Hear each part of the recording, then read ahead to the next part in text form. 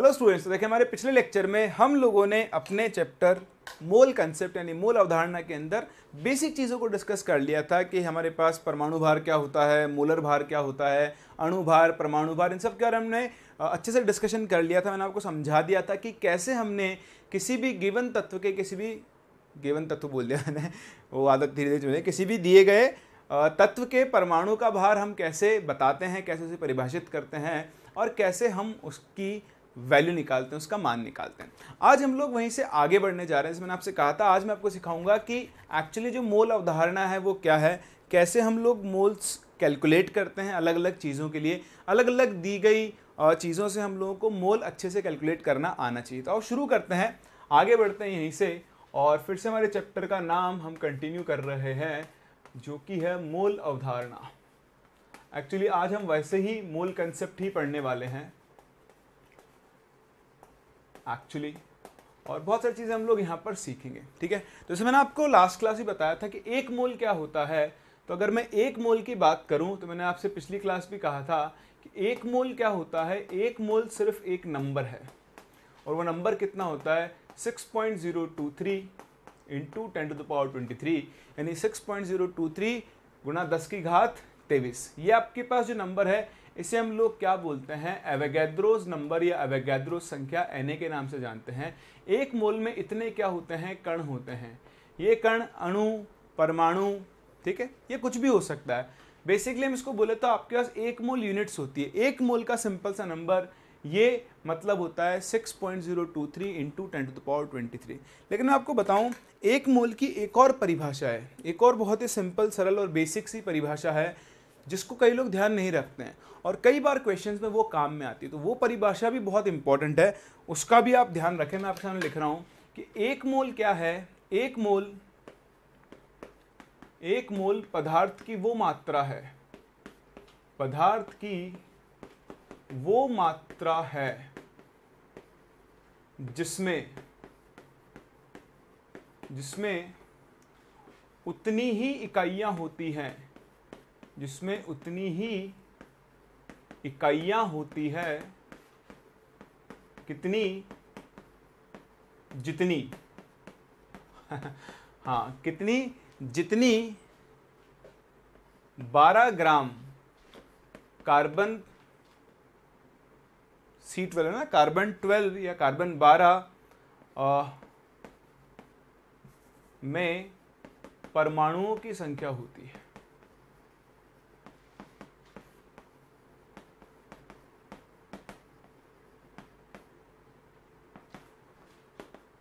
तो ये आप जरूर ध्यान रखना, ये एक मोल की बेसिक डेफिनेशन है, बेसिक परिभाषा है कि 12 ग्राम कार्बन 12 में जितनी परमाणुओं की संख्या होती है उसे ही हम लोग क्या बोलते हैं, एक मोल।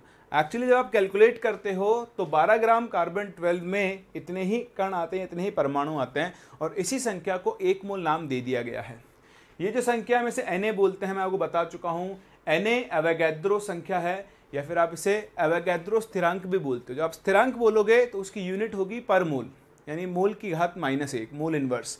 और अगर आप इसको स्थिरांक बोलोगे, इसको आप संख्या बोलोगे तो इसकी कोई यूनिट नहीं होती है, ये इकाई विहीन होता है। ठीक है, चलिए आगे बढ़ते हैं। तो ये बात कि एक मोल क्या होता है ये भी हम लास्ट क्लास देख चुके हैं कि एक मोल जिसके आगे लिख दिया वो इस नंबर में बदल जाएगा, फिर आपको उसको सोचने की जरूरत नहीं है। अब हम अलग अलग चीज़ों से मोल कैलकुलेट करना सीखते हैं। तो सबसे पहले हम बात करते हैं मोलर भार से, जिसे आप इंग्लिश में मोलर मास भी बोलते हो।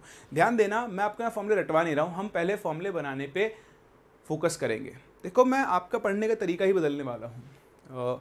10th क्लास तक आप जैसे भी पढ़ते आए हैं, जनरली क्या होता है, हिंदी के स्टूडेंट्स 10th क्लास तक उनको ना उनकी स्कूलिंग जो होती है वहाँ पर कुछ ऐसा होता है कि रटवाया जाता है। मेरे साथ भी ऐसा ही था। और जब वो 11th और 12th में आते हैं और वो कॉम्पिटिटिव एग्जाम्स की तैयारी करते हैं तो बहुत प्रॉब्लम आती है कि वो जो आदत है वो बदलती नहीं है। तो उनको मैं बदल रहा हूँ। हम फॉर्मूले तो याद रखेंगे, वो आपको अपने आप याद हो जाएंगे, पहले आपको बनाने आने चाहिए। तो ध्यान से सुनो, मैंने आपको पिछली क्लास मोलर भार सिखाया था।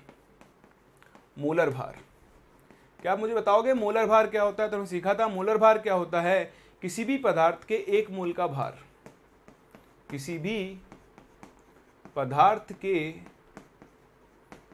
एक मोल का भार, और वो भी किस में होता है, ग्राम में। उसी चीज को हम लोग मोलर भार बोलते हैं। तो मान लो आपके पास किसी भी पदार्थ के का मोलर भार है m, क्या है, मोलर भार है m, ठीक है। तो अगर मैं इस सब्सटेंस का या इस पदार्थ का m ग्राम लिखूं, m ग्राम, तो बताओ m ग्राम, ये पदार्थ का m ग्राम, बताओ क्या वो उसके 1 मोल के बराबर होगा। जैसे मैं आपसे बोलूं सोडियम, तो सोडियम का मोलर भार 23 ग्राम होगा, 23 ग्राम। इसका मतलब ये होगा कि 23 ग्राम सोडियम 1 मोल के बराबर है। मैग्नीशियम का 24 ग्राम होगा, मतलब 24 ग्राम मैग्नीशियम 1 मोल के बराबर है। तो ऐसे ही अगर आपको किसी पदार्थ का मोलर भार पता है m, तो m ग्राम पदार्थ जो होगा वो 1 मोल के बराबर होगा। तो बताओ अगर आपके पास उस पदार्थ का 1 ग्राम हुआ, 1 ग्राम, तो बताओ 1 ग्राम में कितने होंगे, 1/m मोल होंगे, है ना। ये तो वही नॉर्मल सा हिसाब है कि भाई 10 पेन 50 रुपए के हैं, बताओ 1 पेन कितने का होगा, 50/10 यानी 5 रुपए का होगा। तो वही है। अब 1 ग्राम 1/m मोल के बराबर है, तो मान लो आपके पास इसी पदार्थ का कुछ W ग्राम रहा, बताओ W ग्राम किसके बराबर होगा, W/m मोल के बराबर होगा। इसे हम बोलते हैं यूनिटरी मेथड। क्या बोलते हैं, यूनिटरी मेथड। इकाई एक यूनिट से काउंट कर रहा हूं, उसे हम बोलते हैं यूनिटरी मेथड। तो 10 पेन अगर 50 रुपए के हैं तो 1 पेन हो गया 5 रुपए का। अब आपके जितने पेन है उससे गुणा कर दो। अगर आपके पास 50 पेन है तो 50 × 5 250 रुपए के हो गए। आपके पास 500 पेन है तो वो 2500 रुपए के हो जाएंगे, ठीक है। तो उसी तरह से हम लोग यहाँ पर भी खेलेंगे, इसकी बिल्कुल चिंता ना करें। लेकिन यहाँ से देखो, मुझे किसी भी पदार्थ के W ग्राम में कितने मोल्स है वो यहाँ से मिल गए। तो यहाँ से आपके पास मोल्स कैलकुलेट करने का पहला फॉर्मूला आता है कि अगर आपको किसी पदार्थ में मोल्स, या फिर हिंदी में, शुद्ध हिंदी में लिखो तो हम मोलों की संख्या बोलते हैं, ठीक है। तो वो कितना हो जाएगा, उस पदार्थ का मास या फिर उसका भार, तो उसका दिया गया भार जो कि आपको प्रश्न में दिया गया है, ठीक है। इसे हम इंग्लिश में बोलेंगे गिवन मास। क्या बोलेंगे, गिवन मास। और उसमें आप भाग दोगे किससे, उसके मोलर भार से, मोलर भार से। तो ध्यान रखना, दिया गया भार और मोलर भार दोनों अलग अलग चीजें हैं। आप दोनों को सेम कभी भी नहीं बोल सकते, दोनों बिल्कुल अलग अलग होते हैं। तो अगर आपको एक दिए गए पदार्थ का मोलर भार पता है, यौगिक का मोलर भार पता है, अणु का मोलर भार पता है, तो उसके भार को मोलर भार से डिवाइड करके आप क्या निकाल सकते हो, मोलों की संख्या। पर आप ना इस फॉर्मूले को ऐसे याद मत रखो, इस सूत्र को हम ऐसे याद रखें, हम इसको ऐसे याद रखें। ध्यान से देखना, आपको चाहिए, आपके पास 2 चीजें, एक है मोल और एक आपके उसके पास उसका भार। इसे आप चाहो तो दिया गया भार भी बोल सकते हो, ठीक है। अब अगर आपको दिए गए भार से मोल निकालना है तो आपको उसको उसके मोलर भार से भाग देना पड़ेगा, मोलर मास, ठीक है। और अगर आपको मोल से उसका भार निकालना है तो आपको उसके मोलर भार से क्या करना पड़ेगा, गुणा करना पड़ेगा, मल्टीप्लाई करना पड़ेगा। तो ये बहुत आसान है। जैसे मैं आपके सामने छोटे छोटे क्वेश्चंस लेता हूं, मैं आपसे बोलूं कि बताओ 90 ग्राम, ऐसे लिखो, मोलों की संख्या निकालनी है आपको। मोलों की संख्या किसके अंदर, पहला आपको निकालनी 90 ग्राम जल में, H2O, ठीक है। दूसरा आपको निकालना है 19.6 ग्राम H2SO4 में। फिर आपको निकालनी है मान लो कुछ 360 ग्राम ग्लूकोज में, अरे, और आपको निकालनी है मान लो 6.84 ग्राम शर्करा में। इनमें आपको मोलों की संख्या निकालनी है। किनकी संख्या निकालनी है, मोलों की संख्या निकालनी है। फटाफट से निकालो, जब तक मैं यहाँ पे साफ सफाई कर लेता हूँ। ये तो आपने कॉपी कर ही लिया होगा, ठीक है। चलिए, तो बहुत आसान है मोलों की संख्या निकालना। अब मैं थोड़ा सा इंग्लिश भी यूज करूंगा ताकि आप भी उसके साथ साथ यूज टू हो। तो हमें मोल्स निकालने हैं, तो ये इसका दिया गया भार है, गिवन मास। ये दिया गया भार है, मोलर भार नहीं। मोलर भार इस कंपाउंड की शक्ल देखकर निकालोगे। जल H2O, कितना आएगा इसका मोलर भार, हाँ 18। तो देखो, भार से अगर आपको मोल्स निकालने हैं तो आप क्या करोगे, इसको इसके मोलर मास से डिवाइड कर दोगे 18, 18 × 5 = 90। तो आपके पास 5 मोल आ गए वाटर के, यानी जल, ठीक है। 19.6 ग्राम H2SO4, इसका मोलर भार निकालो 98 ग्राम। कितना आएगा, 98 ग्राम।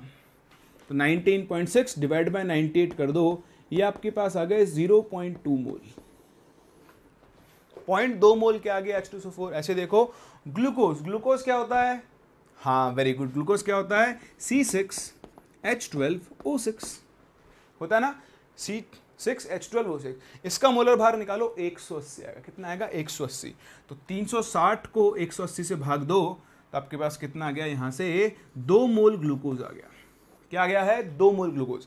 शर्करा, शुगर, क्या बोलते हैं शुगर, तो आप जानते ही हो शुगर का फॉर्मूला क्या होता है C12H22O11। तो 6.84, इसका मोलर भार निकालो 342 आएगा, तो आपको मिल जाएगा 0.02 मोल शुगर। तो इस तरह से आप इनके अंदर क्या कर सकते हो, मोलों की संख्या निकाल सकते हो। या फिर आपको मैं मोल दे दूं, जैसे मैं आपसे बोलूं कि बताओ 5 मोल SO3 इसका भार कितना होगा, तो मैंने आपको क्या सिखाया, अगर आपको मोल पता है तो गुणा मोलर भार कर दो, आपको सीधा उसका क्या मिल जाएगा, भार या फिर द्रव्यमान। तो 5 मोल SO3 इसका मोलर भार निकालो 80 आएगा, तो ये किसके बराबर हो गया, 400 ग्राम के बराबर।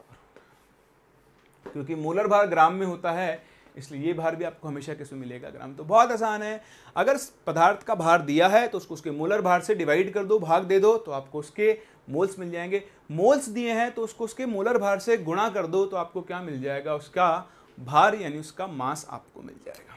चलिए बहुत अच्छी बात है। पहला फॉर्मूला सीखने के बाद अब देखो इसमें ना 2 तरह के क्वेश्चन बनते। एक तो ये रहा जहाँ पे आपको कंपाउंड की शक्ल पता है, H2O की है, H2SO4 है, ग्लूकोज है, शुगर है, SO3 है। एक और तरीके के क्वेश्चन बनते हैं जहाँ पर आपको पता ही नहीं होता कौन सा पदार्थ है, कौन सा यौगिक है, H2O है, O2 है, कुछ भी नहीं बताता है। उनसे डील करना आपको बहुत अच्छे से आना चाहिए। बट उससे पहले मैं आपको एक और चीज़ सिखाऊं, बहुत ध्यान से देखना। हम बोलते हैं ग्राम परमाणुओं की संख्या, ग्राम परमाणुओं की संख्या, या फिर हम एक और चीज बोलते हैं ग्राम अणुओं की संख्या। इनसे आपको बहुत अच्छे से खेलना आना चाहिए। ये छोटे छोटे ऐसे वर्ड्स हैं जो आपको परेशान कर सकते हैं और क्वेश्चन के अंदर आपको दिखाई नहीं देते हैं। ग्राम परमाणु की संख्या परमाणुओं के मोल के बराबर होती है। मतलब अभी बताता हूं, और ये अणुओं के मोल के बराबर होता है, यानी ये बेसिकली मोल्स के बराबर ही होता है। समझने की कोशिश करना। जैसे मैं आपसे बोलूं मेरे पास 5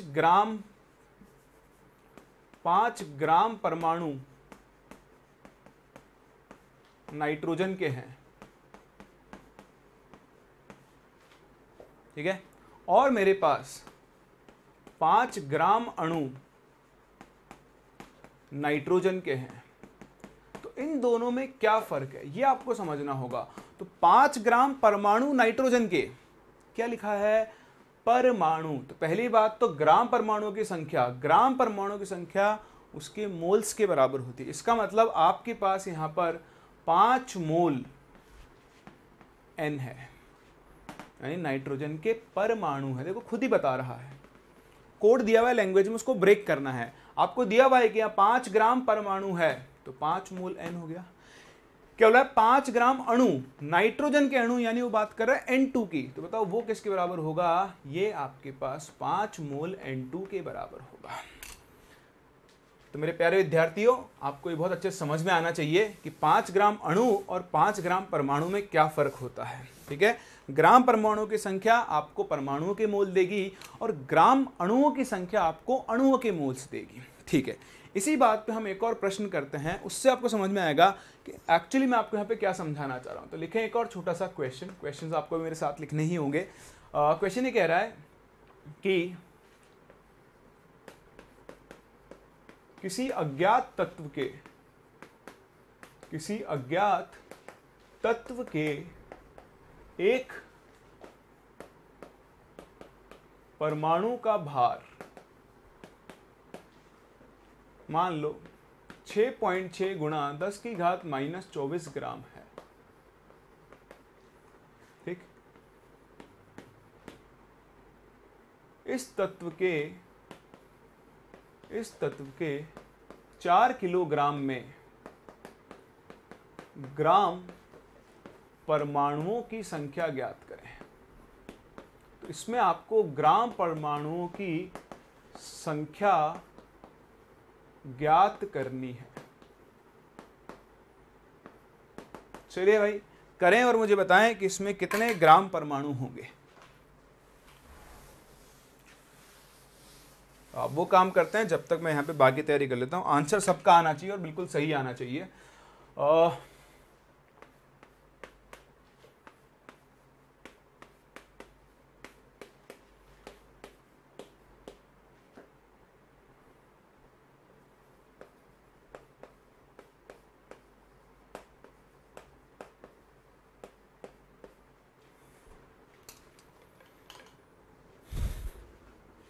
आया आंसर? चलो देखते हैं कैसे करेंगे इस क्वेश्चन को। इसका आंसर आएगा शायद 1000। ठीक है, शायद, मुझे एग्जैक्टली याद नहीं, मैंने अभी वैल्यू बनाई। आप बहुत ध्यान से सुने। ये आपसे कह रहे कि एक तत्व है, मुझे नहीं पता तत्व कौन है, हाइड्रोजन है, ऑक्सीजन है, नाइट्रोजन है, कौन है, कुछ नहीं पता। यानी मैं अब दिए गए कंपाउंड की या एलिमेंट की, तत्व की मैं शक्ल नहीं जानता हूँ, तो मैं इसका मोलर भार नहीं बता सकता। ठीक है, मुझे बतानी क्या है, ग्राम परमाणुओं की संख्या। तो देखो अभी भी मैंने डिस्कस किया कि भई ये जो ग्राम परमाणुओं की संख्या होती है, ग्राम परमाणुओं की संख्या वो तो किसके बराबर होती है, मोल के बराबर होती है। यानी आपको इस तत्व के मोल निकालने हैं। अच्छा तो मोल निकालने का फॉर्मूला आपने अभी भी सीखा कि मोल निकालने के लिए देखो क्या दिया आपको, उसका भार दिया है। तो हम क्या लिख सकते हैं, दिया गया भार और उससे हम उसमें हम भाग किससे देंगे, मोलर भार से भाग देंगे। भाग लेंगे नहीं, भाग जाओ देख के, है ना, भाग लेंगे नहीं, भाग देंगे। बताओ दिया गया भार कितना है, 4 किलोग्राम। इसमें आप भाग दोगे मोलर भार से। बताओ उसका मोलर भार कैसे निकालेंगे। अच्छा, हम मोलर भार निकालें उससे पहले एक और बड़ी महत्वपूर्ण बात, बहुत ही इंपॉर्टेंट चीज, दिया गया भार। बताओ मोलर भार हमेशा किस में लिखा जाता है, ग्राम में, है ना। बताता है इसकी इकाई होती है ग्राम पर मोल। ये दिया गया भार भी किस में होना चाहिए, ग्राम में। तो सबसे पहले तो आप इसे बदल दो ग्राम में, तो ये जाएगा 4000 ग्राम। और अब आप इसे भाग दोगे मोलर भार से। मोलर भार मुझे तो पता ही नहीं है कौन है, तो मोलर भार कैसे निकालूंगा। तो ध्यान से देखें मित्रों, यहां पर आपको एक परमाणु का भार दिया हुआ है। क्या दिया हुआ है, एक परमाणु का भार। और ये मैं आपको सिखा चुका हूं पिछली क्लास में कि मोलर भार क्या होता है, एक परमाणु का भार या एक यूनिट का भार या एक इकाई का भार ग्राम में, और उसे आप किससे मल्टीप्लाई करते हो, हाँ, एवोगैड्रो संख्या से मल्टीप्लाई करते हो। तो देखो आप यहाँ पे लिखोगे कि एक परमाणु का भार कितना है, 6.6 गुणा 10 की घात -24 गुणा Na, एवोगैड्रो संख्या कितनी, 6 गुणा 10 की घात 23। तो ध्यान से देखें, 23, 24 -1 बचेगा, 6.6 गुणा 6, तो 6.6 गुणा 6, 6 36, 6 3, 6 36 3 39, 39.6 और एक -1 है। तो ओवरऑल ये जो पूरी आप वैल्यू कैलकुलेट करोगे तो ये आ जाएगी 3.96। ये तो अप्रोक्सीमेटली 4 ही आ गया। तो देखो 4 से 4 कैंसिल, कितना आएगा, 1000 मोल। यानी इस पदार्थ के 4 किलो में ग्राम परमाणु की संख्या कितनी होगी, 1000 होगी। पूरी बात समझ में आती है। तो जो ना ग्राम अणु या ग्राम परमाणु, इसका मतलब आपको बहुत अच्छे से समझ में आना चाहिए। आ गया, चलिए बहुत ही अच्छी बात है। आ गया तो मैं आपको सिखाता हूं दूसरा तरीका, दूसरा फॉर्मूला बनाते हैं। लिखा हुआ है 1 मोल इकाई। 1 मोल का मतलब क्या होता है, Na इकाइयां या फिर कण। कण को हम इंग्लिश में बोलते हैं पार्टिकल्स। ठीक है, तो अगर आपके पास किसी पदार्थ के 1 मोल कण है या 1 मोल इकाइयां हैं, सॉरी Na इकाइयां हैं, तो अगर आपके पास Na इकाइयां हैं तो बताओ वो किसके बराबर होती है, 1 मोल के बराबर। तो अगर आपके पास उसकी एक इकाई है, एक इकाई, तो बताओ एक इकाई किसके बराबर होगी, हाँ वेरी गुड, वो 1/Na मोल के बराबर होगी। तो अगर आपके पास उसकी कुछ मान लो 5 इकाई है, 5, बताओ 5 इकाई किसके बराबर होगी, 5/Na। 10 इकाई हुई तो 10/Na मोल, 20 इकाई हुई तो 20/Na मोल। तो अगर आपके पास किसी पदार्थ की n इकाइयां हैं, तो बताओ n इकाई जो होगी वो किसके बराबर होगी, n/Na मोल के बराबर। तो यहां से मेरे पास एक दूसरा फॉर्मूला बन गया, वो ही मोल निकालने का। क्या बन गया? आपको पदार्थ की इकाइयों की संख्या, वो अणु भी हो सकते हैं, परमाणु भी हो सकते हैं, तो पदार्थ की इकाइयों की संख्या, और उस संख्या को आप किससे विभाजित कर देंगे? एवोगैड्रो संख्या Na से, तो आपको क्या मिल जाएगी? मूलों की संख्या। लेकिन फिर से जैसे हमने वहाँ किया, हम इस फॉर्मूले को, इस सूत्र को भी ऐसे याद नहीं रखेंगे। हम तो बहुत सिंपल सी भाषा में बोलेंगे कि अगर आपको मोल निकालना है और आपके पास उस पदार्थ के इकाइयों की संख्या है, क्या है? इकाइयों की संख्या है, तो बस बहुत ही अच्छी बात है। हम क्या कर देंगे? अगर मुझे इकाइयों की संख्या से मोल निकालना है तो हम उसे डिवाइड कर देंगे Na से, और अगर मुझे मोल से इकाइयों की संख्या निकालनी है तो हम उसे मल्टीप्लाई कर देंगे Na से, कर देंगे ना। तो इस तरह से हम मोल और मोल से इकाइयों की संख्या, इकाइयों की संख्या से मोल। फिर से देखो क्वेश्चन, मैं आपसे बोलूं कि मेरे पास मान लो 1.204 गुणा 10 की घात 20 या मान लो 26 नाइट्रोजन अणु हैं, तो बताओ इसमें मोलों की संख्या कितनी होगी? तो कुछ नहीं करना, ये रही अणुओं की संख्या, इसको भाग दे दो किससे? 6.023 से, तो आपको इंटू 10⁻23, ठीक है। तो अब इसको ऐसे लिख लो, 6.02 लिख लो, तो देखो इससे गया ये 0.2 टाइम्स 10⁻26, 26 23, ऊपर आगे 3 बचेगा, तो आपके पास आ जाएगा 200 मोल। तो यहाँ से आपको क्या मिल जाएगी? नाइट्रोजन के मोलों की संख्या मिल जाएगी। तो बड़ा ही आसान होता है, अगर आपको मोल पता है तो आप इकाइयों की संख्या यानी अणुओं की संख्या, परमाणुओं की संख्या, किसी भी चीज़ की संख्या निकाल सकते हो, या फिर आपको उसकी इकाइयों की संख्या पता है, उसको Na से भाग देकर आप क्या निकाल सकते हो? मोल निकाल सकते हो। तो यहाँ पर बड़े ही इंटरेस्टिंग टाइप के क्वेश्चन बनते हैं जो आपसे पूछे जाते हैं, और उसमें कई स्टूडेंट्स गलतियाँ करते हैं। तो आओ उस पर फोकस करते हैं, उन पर काम करते हैं, ताकि आप उनके अंदर गलतियाँ ना करें। तो आप इसे कॉपी करें, फिर मैं आपको इनको यूज़ करना सिखाता हूँ। बहुत अच्छे तरीके सिखाऊंगा मैं आपको, जो कोई नहीं सिखाता है। और मैं आपको एक और चीज़ बता दूँ, मैं जो तरीके सिखाऊंगा उनसे आप कुछ दिनों में, आज तो नहीं लेकिन 2-3 लेक्चर के बाद इन क्वेश्चंस को हवा में सॉल्व कर दोगे। हाँ, आपको पेपर पे लिखने की ज़रूरत ही नहीं पड़ेगी। तो उनको सीखने के लिए हम चलते हैं आगे। कॉपी करो, फिर स्टार्ट करते हैं। चलो, तो अब मैं आपको सिखाता हूँ कि देखो कैसे हम इसको काम में लेंगे। ठीक है, पहले मैं आपको वही नॉर्मल तरीका सिखाऊंगा जो हम सभी लोग जनरली यूज़ भी करते हैं। फिर हम एक अलग से तरीका सीखेंगे जिससे आप कई तरह के प्रश्नों को एक एक लाइन में सॉल्व कर दिया करोगे। ठीक है, तो इसको समझने के लिए मैं आपके सामने छोटा सा प्रश्न लेकर चल रहा हूँ, एक छोटा सा क्वेश्चन ये है कि मान लो आपके पास है 18 ग्राम ग्लूकोज में 18 ग्राम ग्लूकोज में आप निकालो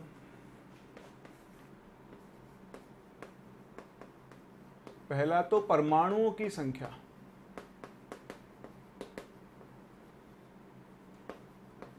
ठीक, और दूसरा हर प्रकार के परमाणुओं की संख्या, हर प्रकार के परमाणुओं की संख्या।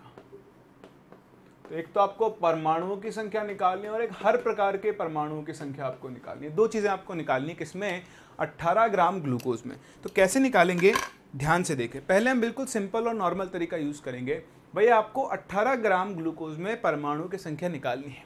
किसी भी प्रश्न को करने से पहले आप उसकी एक रूपरेखा बनाएं, आउटलाइन। मुझे काम क्या करना है, मुझे परमाणु की संख्या निकालनी है, तो मैं इस पर लगाऊंगा वो यूनिटरी मेथड। मैं सबसे पहले ग्लूकोज के एक अणु को देखूंगा। तो अगर मैं एक ग्लूकोज के अणु को देखूं, यानी एक C6H12O6 अणु, इस अणु को अगर मैं देखूं तो देखो इसके अंदर 6 कार्बन परमाणु हैं, इसके अंदर 12 हाइड्रोजन परमाणु हैं, और इसी के अंदर 6 क्या हैं? ऑक्सीजन के परमाणु हैं। अब मैं क्या करूंगा, कहीं से भी ग्लूकोज के अणुओं की संख्या ढूंढ लाऊंगा। अगर मुझे ग्लूकोज के अणु मिल गए तो उसके एक अणु में जितने परमाणु हैं उससे मैं गुणा करता जाऊंगा। तो ध्यान से देखें, मेरे पास 18 ग्राम ग्लूकोज है। 18 ग्राम ग्लूकोज में अगर मैं मोल निकालूं तो बताओ इसके मोल कितने आ जाएंगे? मोल आ जाएंगे इसका दिया गया भार बटे इसका मोलर भार। तो मोलर भार निकालोगे ना, वो 180 आएगा, मैंने अभी बताया भी था। तो आपके पास 0.1 मोल ग्लूकोज बन जाएगा। अब ध्यान से देखो, ये आपके पास ग्लूकोज के मोल आ गए। बताओ ग्लूकोज एक अणु है या परमाणु है? अणु है। तो अगर ये अणु है तो इसके मोलों को Na से गुणा करने पर आपको इसके अणुओं की संख्या मिल जाएगी। तो 0.1 Na अणु आपको किसके मिल जाएंगे? ग्लूकोज के। तो आपको ग्लूकोज के अणुओं की संख्या मिल गई है, ये समझने की जरूरत है। अगर ये एक परमाणु होता तो उसके मोल को Na से गुणा करने पर आपको उसके परमाणुओं की संख्या मिल जाती है, वो भी हम देखते हुए चलेंगे। अब आप देखो, कहानी बहुत ही आसान है। अगर ग्लूकोज के एक अणु में 6 कार्बन परमाणु है, 12 हाइड्रोजन परमाणु है और 6 ऑक्सीजन परमाणु है, तो बताओ जब आपके पास ग्लूकोज के 0.1 Na अणु है, C6H12O6 अणु, तो देखो उसमें अगर एक में 6 हैं तो इतने में कितने होंगे? 0.1 Na गुणा 6 यानी 0.6 Na कार्बन परमाणु हो जाएंगे। इसी में 12 गुणा 0.1 तो कितना हो जाएगा? 1.2 Na हाइड्रोजन के परमाणु हो जाएंगे और 0.6 Na ऑक्सीजन के परमाणु हो जाएंगे ना। तो ये तो गए हर प्रकार के परमाणु। अगर आपको परमाणु की संख्या चाहिए, मतलब सभी का आपको क्या चाहिए होगा? योग चाहिए होगा, सम चाहिए होगा। तो जोड़ो 1.2, 0.6, 0.6, 1.2, टोटल कितना हो जाएगा? 2.4 Na। चाहो तो आप अपना आंसर Na के टर्म्स में लिख सकते हो, या चाहो तो Na की जगह 6.023 गुणा 10⁻23 ये लिख सकते हो। हर प्रकार के परमाणु की संख्या, तो कार्बन हो गया 0.6 Na, वैल्यू रख लेना। हाइड्रोजन कितना हो गया? 1.2 Na और ऑक्सीजन कितना हो गया? 0.6 Na। समझ गए? ये है आम जिंदगी, आम जिंदगी जिससे सभी लोग करते हैं। आओ मैं आपको सिखाता हूँ E2 जिंदगी। कौन सी जिंदगी? E2 जिंदगी, मतलब अपना तरीका, बहुत आसान तरीका, बहुत ही सिंपल।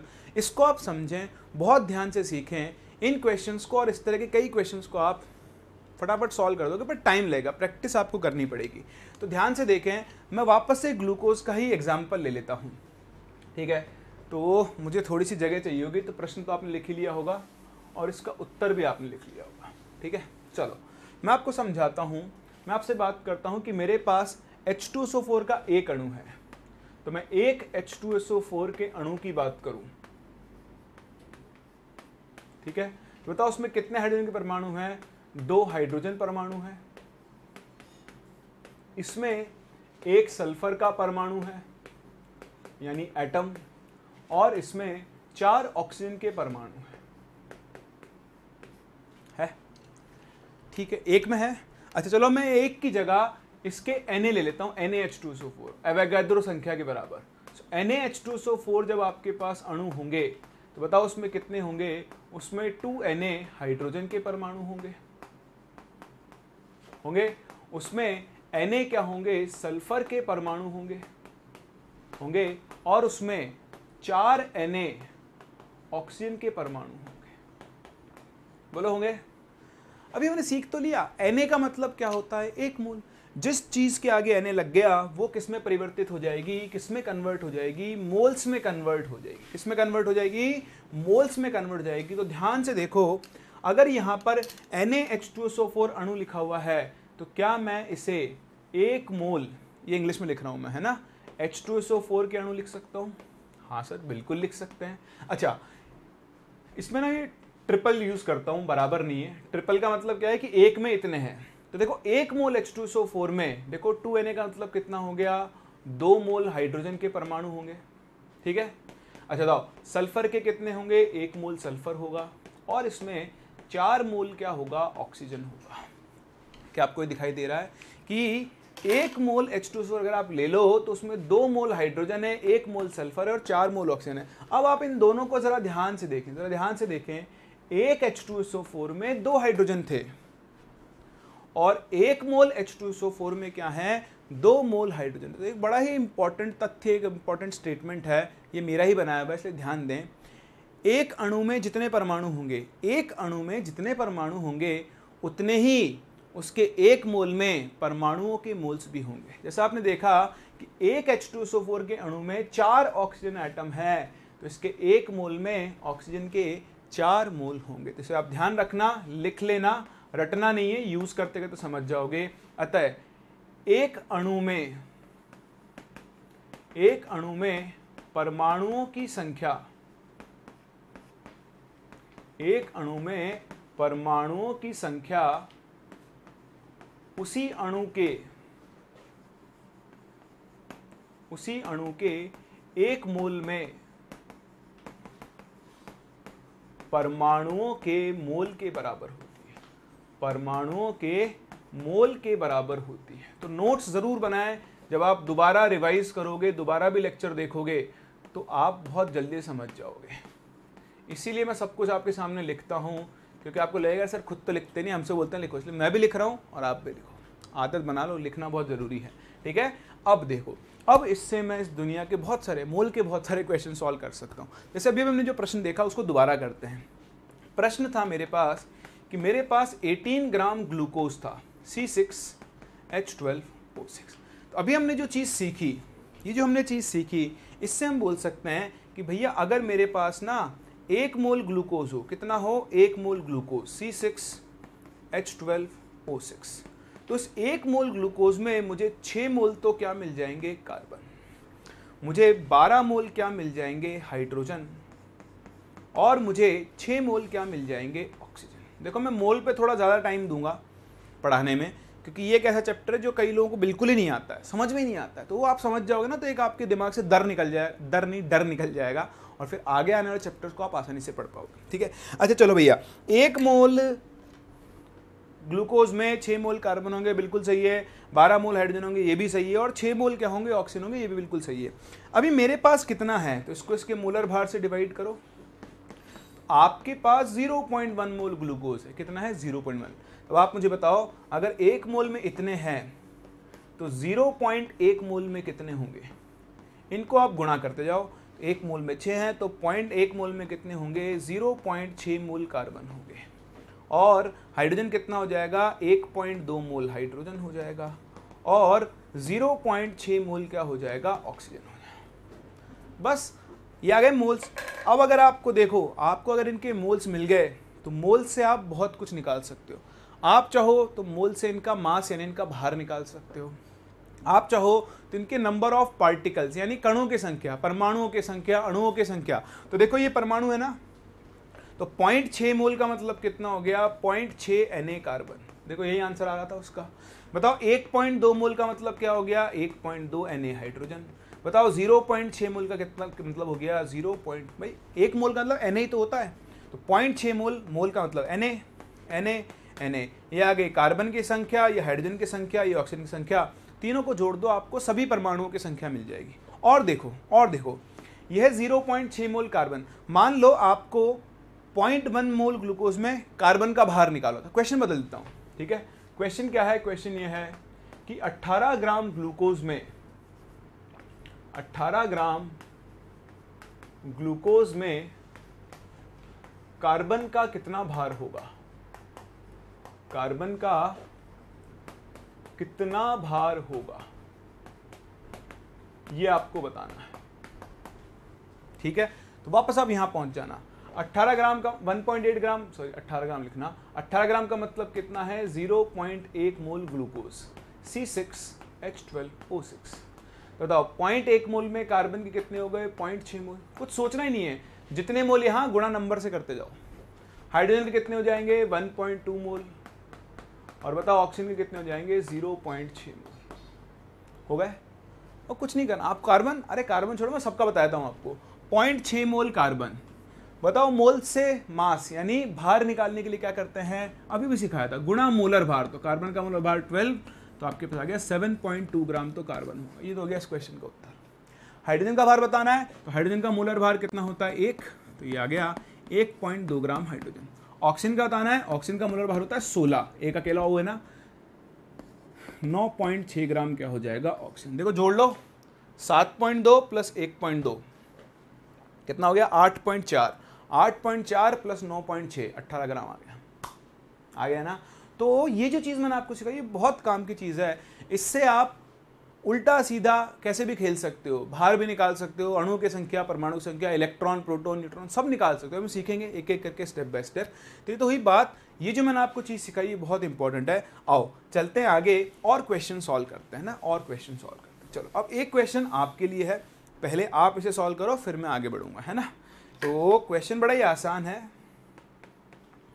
कि आपको 3.92 ग्राम सल्फ्यूरिक एसिड H2SO4 में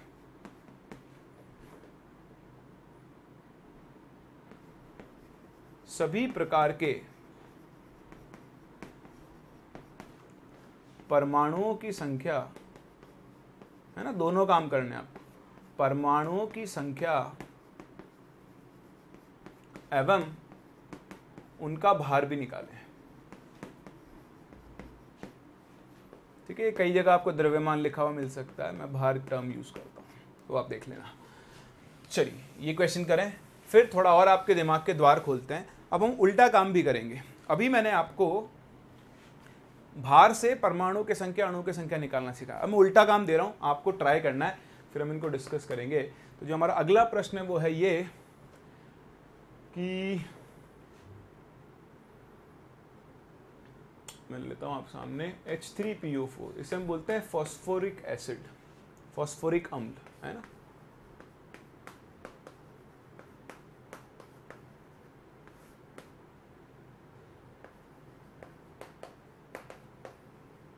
इसके कितने ग्राम में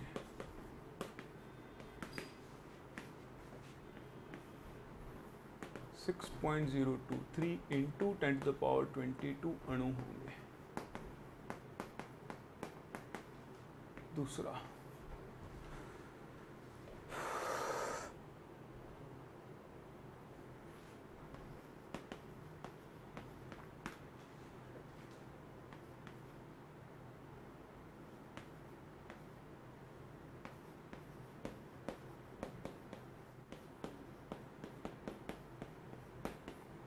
चलिए ये दोनों प्रश्न आप ट्राई करें, फिर हम इन्हें डिस्कस करते हैं।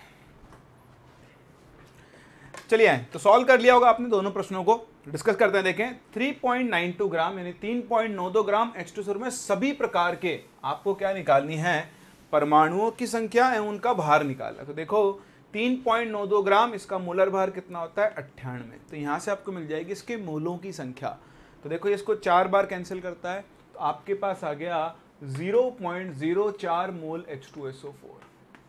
अब देखो एक लाइन में क्वेश्चन सॉल्व हो जाएगा। क्या लिखोगे भाई, 1 मोल में 2 मोल होते हैं, बताओ 0.04 मोल में हाइड्रोजन कितना हो जाएगा, इंटू 2 यानी 0.08 मोल हाइड्रोजन होगा। बताओ सल्फर कितना हो जाएगा, वो हो जाएगा 0.04 मोल सल्फर हो जाएगा, और 0.16 मोल ऑक्सीजन हो जाएगा। अब बताओ क्या क्या बताना है, परमाणुओं की संख्या बताओ भाई, मोल का मतलब Na, तो हाइड्रोजन कितने हो गए 0.08 Na। बताओ सल्फर के कितने हो गए 0.04 Na, ऑक्सीजन के कितने हो गए 0.16 Na। आपको इनका भार निकालना है, भार निकालना है, भार निकालो। भार कैसे निकालोगे, मोलर भार से गुणा कर दो, हाइड्रोजन का मोलर भार 1, तो हाइड्रोजन के आगे 0.08 ग्राम, सल्फर के कितने आ गए गुणा 32, तो आ जाएगा 1.28 ग्राम आएगा ना, और इसको गुणा कर दो 16 से, तो ये बन जाएगा 2.56 ग्राम। और इस तरह से आपका ये प्रश्न एक लाइन में सॉल्व हो गया, 2 क्वेश्चन एक लाइन में सॉल्व। और आप नॉर्मल तरीके से चलते तो आपको और टाइम लगता। ध्यान से देखिए, ऐसे यहाँ पर उल्टा करना है सॉरी, H3PO4 के कितने ग्राम में इतने अणु होंगे। तो अब आपको अणुओं की संख्या दी हुई है, तो उल्टा चलो, अणु है यानी आपके पास 6.023 गुणा 10 की घात 22 अणु हैं, इसको विभाजित करें आप अवोगाद्रो संख्या से, तो आपको इसका 0.1 मोल मिल जाएगा। तो ये आ गया H3PO। पहले तो आपको इसका भार निकालना है, भार निकालना है तो निकाल दो। मोल से भार निकालने के लिए इसके मोलर भार से गुणा करेंगे, तो ये आपका बन जाएगा 9.8 ग्राम। अणुओं की संख्या दी हुई थी, अणुओं की संख्या से पहले आपने मोल निकाला, और मोल से आपने इसका क्या निकाल लिया, भार निकाल लिया। फिर से देखें इसका दूसरा पार्ट, दूसरे पार्ट में आपको ऑक्सीजन के परमाणु दिए हुए हैं, ठीक है। तो आप फिर से यही तरीका यूज करोगे। ध्यान से देखो, मैं इधर लिख रहा हूं इसको, मेरे पास अगर 1 मोल H3PO4 हो, 1 मोल अगर मेरे पास H3PO4 हो, तब मुझे सिर्फ देखो इसने ऑक्सीजन दिया ना, तो मैं ऑक्सीजन से बात करूंगा। बताओ मेरे पास यहाँ कितना ऑक्सीजन होगा? 4 मोल ऑक्सीजन के परमाणु होंगे। तो आप फिर से क्या करोगे, वो यूनिटरी मेथड लगाओगे। अगर 4 मोल परमाणु 1 मोल में है तो बताओ 1 मोल ऑक्सीजन के परमाणु कितने मोल में होंगे? 1/4 मोल में होंगे क्या? बिल्कुल होंगे।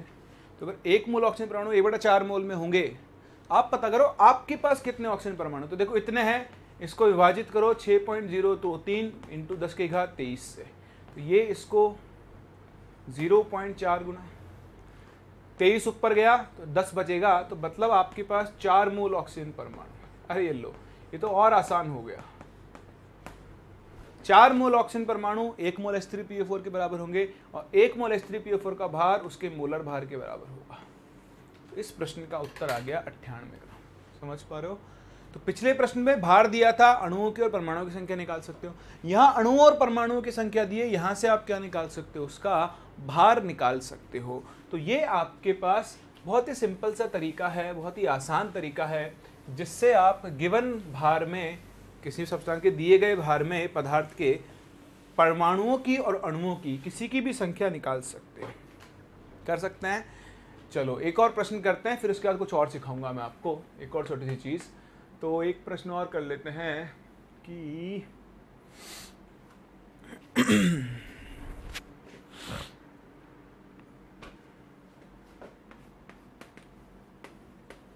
H2SO4 के कितने भार में ऑक्सीजन के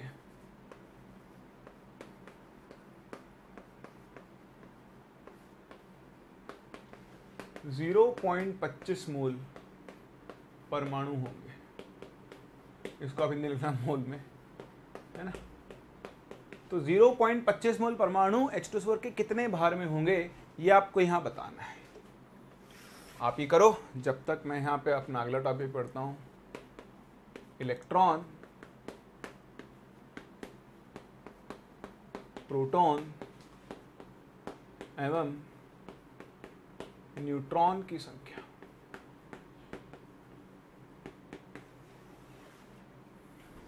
तो किसी भी दिए गए पदार्थ में, आयन में, तत्व में, यौगिक में आपको इलेक्ट्रॉन, प्रोटॉन और न्यूट्रॉन की संख्या निकालनी है। ठीक है, तो ये आपने कर लिया होगा। देखो बड़ा आसान है। आपको 25 मोल परमाणु ऑक्सीजन के हैं, 0.25। तो आप देखो फिर से वही तरीका, भाई 1 मोल H2SO4, तो 1 मोल H2SO4 में 4 मोल ऑक्सीजन है। तो बताओ 1 मोल ऑक्सीजन कितने में होगा? वो 1/4 मोल H2SO4 में होगा। बिल्कुल होगा। तो आपके पास कितना है? आपके पास 0.25 मोल ऑक्सीजन है। वो कितने में होगा? 0.25 गुणा 1/4। इसको इसके मोलर भार से गुणा कर दो तो आपको अपना उत्तर मिल जाएगा। तो इस तरह से छोटे छोटे प्रश्न होते हैं, आप आराम से सॉल्व कर सकते हैं। ठीक है ना। तो अब आपको कुछ नहीं करना, आपके पास जो मटेरियल है उसमें से, मटेरियल भी आपको हम देंगे, आप बिल्कुल चिंता ना करें। आपको हम लिंक देंगे जिससे हमारी वेबसाइट पे जाकर उस मटेरियल को डाउनलोड भी कर सकते हो। तो उनके ऊपर बेस्ड आप क्वेश्चन ज़रूर सॉल्व करें और इनसे खेलना सीखें। ठीक है, चलिए बहुत ही बढ़िया। आप देखते हैं इलेक्ट्रॉन, प्रोटॉन एवं न्यूट्रॉन की संख्या कैसे निकालेंगे एक दिए गए पदार्थ के अंदर। चलिए उसके लिए आपको सीखना चाहिए होता है कि हम किसी भी तत्व को कैसे प्रदर्शित करते हैं। तो ये आपने बचपन सीखते आए हो। इसको हम लिखते हैं ZXA। यहाँ पर A जो होता है वो इसकी द्रव्यमान संख्या कहलाती है, द्रव्यमान संख्या, जिसे हम इंग्लिश में मास नंबर बोलते हैं, मास नंबर, याद है ना। और ये इसकी परमाणु संख्या कहलाती है, परमाणु संख्या Z, जिसे हम इसका एटॉमिक नंबर बोलते हैं। ठीक है। और ये तो गांव का बच्चा जानता है कि परमाणु संख्या जो होती है, परमाणु संख्या, वो आपको प्रोटॉनों की संख्या दे देगी। तो किसी भी गिवन तत्व में, किसी भी गिवन बोलता हूँ बार बार, समझ लेना भावनाओं को, तो किसी भी दिए गए तत्व में जो प्रोटॉनों की संख्या होती है P, वो किसके बराबर होता है? उसकी परमाणु संख्या Z के बराबर। और अगर वो एक न्यूट्रल आयन हो या न्यूट्रल एटम हो, न्यूट्रल स्पीसी हो, जिसे हम अनावेशित कहते हैं शायद, है ना। तो अनावेशित हो तो उसके लिए क्या होगा, यही चीज इलेक्ट्रॉनों की संख्या के बराबर भी हो जाएगी।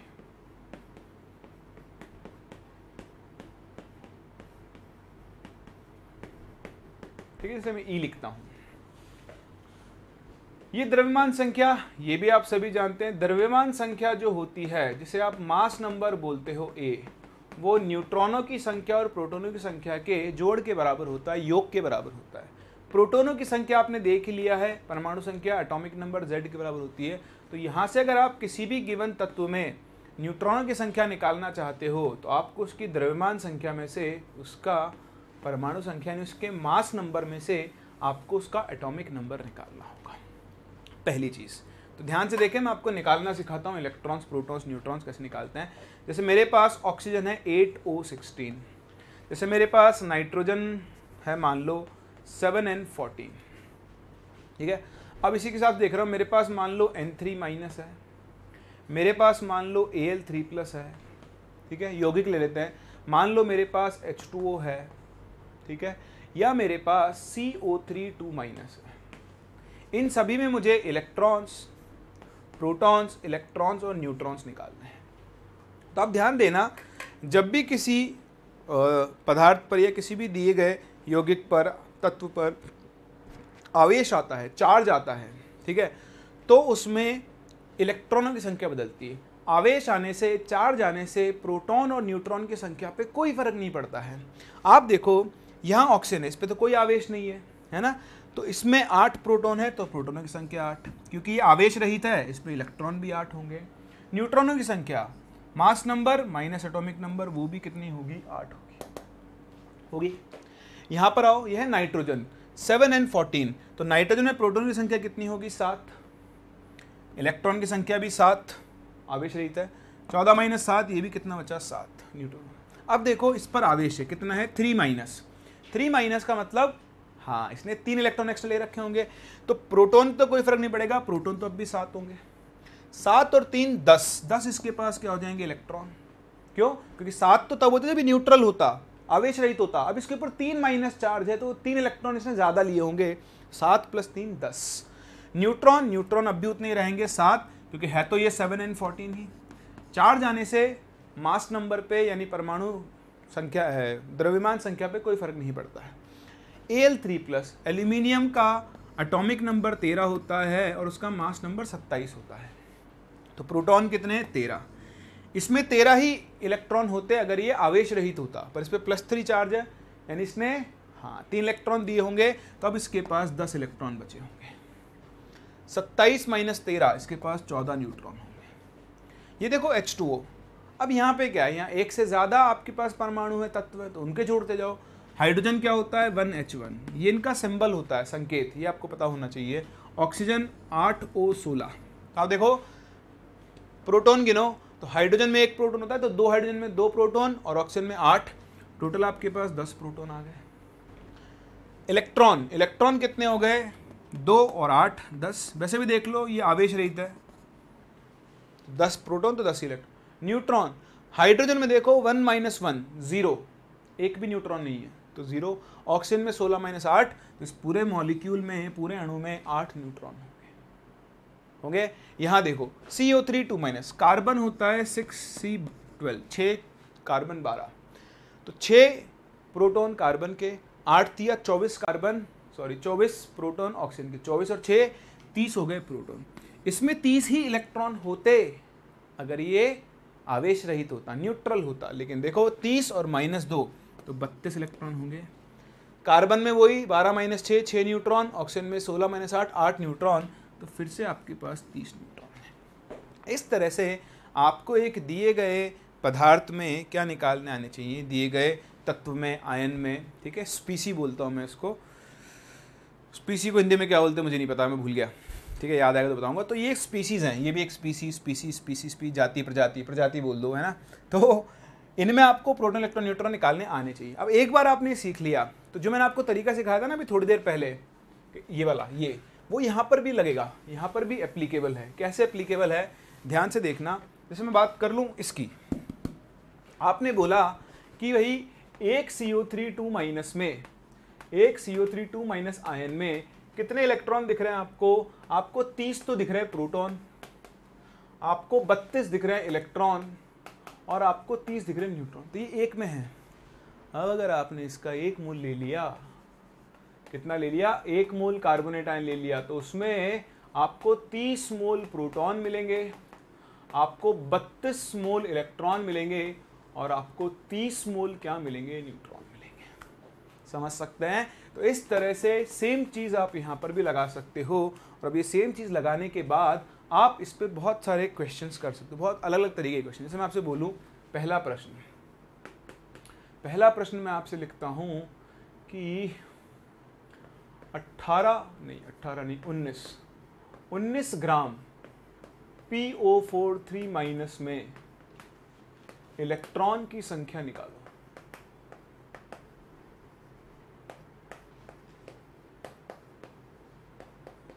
निकालें भाई। फास्फोरस का एटॉमिक नंबर, मास नंबर लिख रहा हूं मैं, ऑक्सीजन तो आपको पता ही है। तो आपको 19 ग्राम PO4 माइनस में इलेक्ट्रॉनों की संख्या निकालनी है।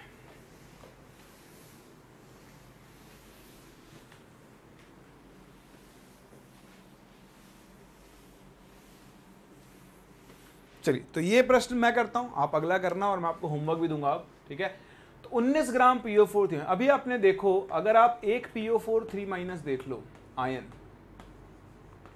तो इस आयन में आप देखो फास्फोरस के 15 इलेक्ट्रॉन, ऑक्सीजन के 8 चौक 32 और 15 47, और 3 माइनस की वजह से 3 ज़्यादा इलेक्ट्रॉन आएंगे।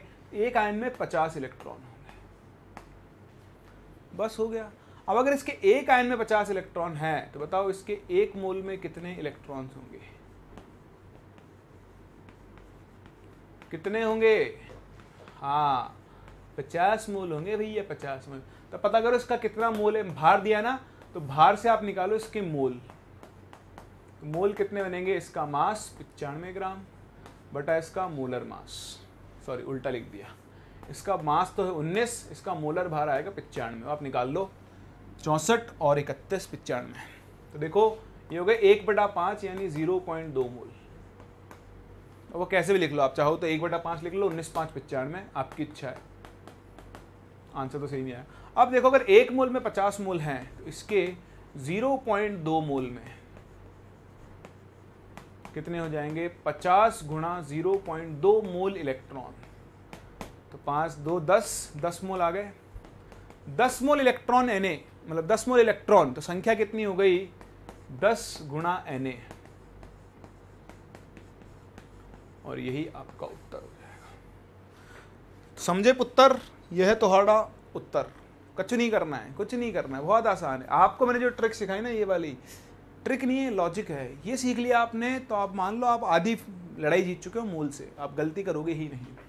चलिए कुछ प्रश्न मैं आपको दे रहा हूँ अब, उल्टे सीधे आड़े टेढ़े, आपको सब कुछ करना ही है। तो आपको बताना है कि भारी जल को जानते हो? वो जल जो भारी हो जाए D2O। D यहाँ पर हाइड्रोजन का एक समस्थानिक है, जिसे हम 1H2 से लिखते हैं, 1H2, और इसे हम ड्यूटेरियम के नाम से जानते हैं। सो भारी जल के आप ले लो 8 ग्राम में न्यूट्रॉनों की संख्या, ये आपको निकालनी है, ठीक है। और बताना है कि कार्बोनेट आयन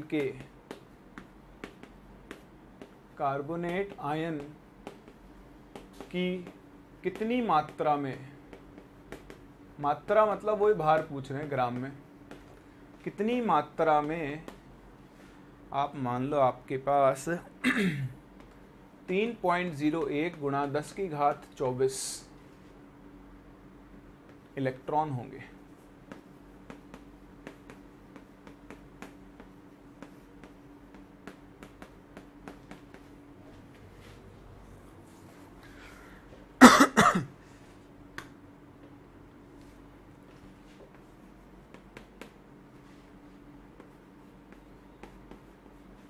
एक और प्रश्न, ये यदि है,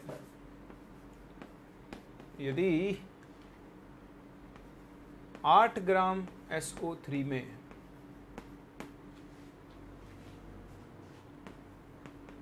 इलेक्ट्रॉनों की संख्या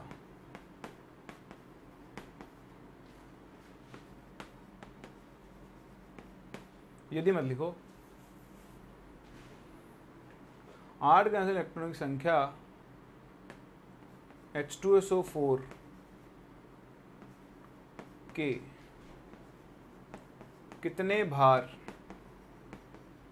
में इलेक्ट्रॉनों की संख्या के बराबर होगी।